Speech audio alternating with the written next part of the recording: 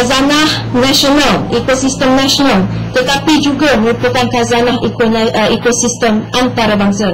Saya difahamkan di seluruh negara ini adalah klip-klip ni memang banyak, tetapi orang panggil klip-klip yang sinkronis ataupun yang berkelip di satu masa, di satu tempat. Kita hanya mempunyai beberapa tempat, dan saya difahamkan satu-satu tempatnya adalah di Kampung Diu dan Kampung Kuantan di Malaysia.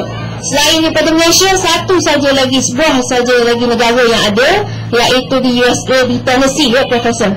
Jadi ini bermaksud kita adalah antara 3 tempat yang ada di seluruh dunia ini yang mempunyai keistimewaan ataupun khazanah ekoturism yang boleh kita dedahkan kepada semua penduduk, bukan sahaja di Malaysia tetapi juga antarabangsa.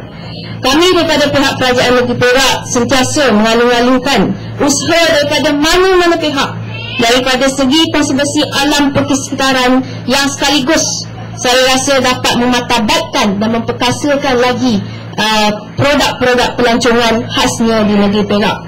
Saya juga ingin mengambil kesempatan ini untuk mengucapkan setinggi-tinggi tahniah saya dan penghargaan saya kepada UKM khasnya Fakulti Sains dan Teknologi kerana sudi untuk datang ke sini dan membawa pelbagai ilmu dan teknologi.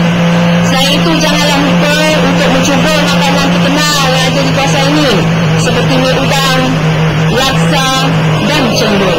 Tidak lupa juga belilah hasil kraftangan yang dihasilkan di sini untuk dibawa pulang sebagai cenderamata dan kenangan. Saya berharap pemindahan ilmu hasil daripada kajian ini juga akan mendapat sokongan daripada semua pihak tanpa mengira umur maupun bangsa dan agama.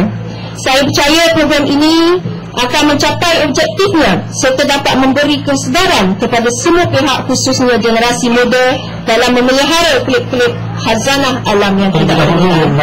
Itu dengan lafaz Bismillahirrahmanirrahim, saya dengan ini merasmikan program penanaman berembang untuk konservasi klip-klip bersama komuniti Kampung Diu, Taiping, Perak. Sekian, terima kasih. Wabillahi wa taufiq wal hidayah. Wassalamualaikum warahmatullahi wabarakatuh. Kawasan ini adalah salah satu kawasan di Malaysia yang ada klip-klip yang berklip secara serentak. So yang serentak tu kita boleh manfaatkan untuk ikut pelancongan.